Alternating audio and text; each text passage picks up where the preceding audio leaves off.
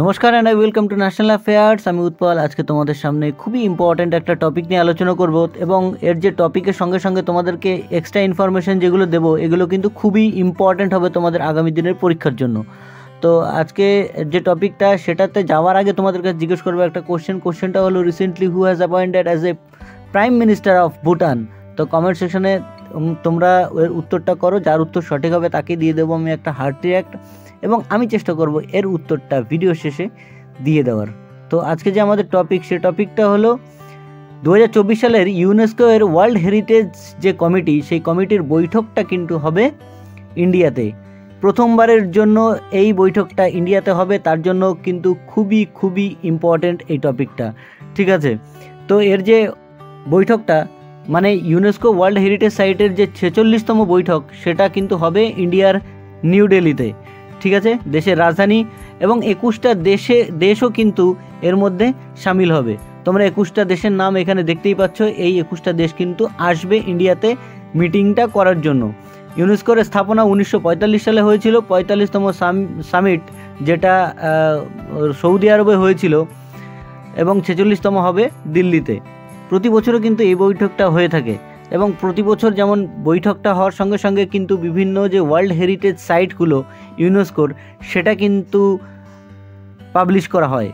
যেমন 1983 সালে ভারতের যে তাজমহল এবং অজন্তা ইলোরার যে গুহা, সেটা কিন্তু করা হয়েছিল ওয়ার্ল্ড হেরিটেজ সাইট।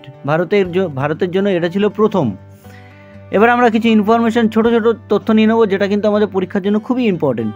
রিসেন্টলি ভারতের যে ইউনেস্কো ওয়ার্ল্ড হেরিটেজ সাইটটা হয়েছে, সেটা কিন্তু কর্ণাটকের হয়সালেশ্বর মন্দির, আমরা যেটাকে বাংলায় বলে থাকি হয়সাল মন্দির, ঠিক আছে। এবং 41তম যে ওয়ার্ল্ড হেরিটেজ সাইট পশ্চিমবঙ্গের মধ্যে অবস্থিত শান্তিনিকেতনকে করা হয়েছে কিন্তু ভারতের 41তম ওয়ার্ল্ড হেরিটেজ সাইট। এবং যে 40তম ওয়ার্ল্ড হেরিটেজ সাইটের কথা আমরা বলবো, সেই 40তম ওয়ার্ল্ড হেরিটেজ সাইট কিন্তু গুজরাটের Dholavira, let me say it again, 40তম ওয়ার্ল্ড হেরিটেজ সাইট কিন্তু এটা। এবং 39তম সাইটের কথা যদি আমরা বলি, তাহলে 39তম সাইট কিন্তু তেলেঙ্গানার রুদ্রেশ্বর কাকতীয় মন্দির।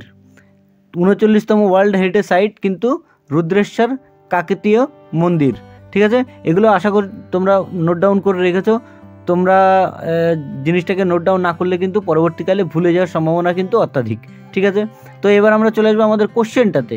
কোশ্চেনটা ছিল যে who has recently appointed as a prime minister of Bhutan. এখানে সঠিক উত্তর হচ্ছে অপশান বি, সেরিং টোবগো।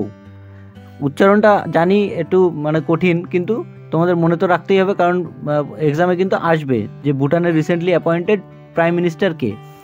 তো এই ছিল আজকে আমাদের টপিক। আশা করছি তোমাদের বুঝতে কোনো অসুবিধা হয়নি, তোমরা জিনিসটাকে ভালো করে ধরতেও পেরেছো এবং নোট ডাউনও করে রেখেছো।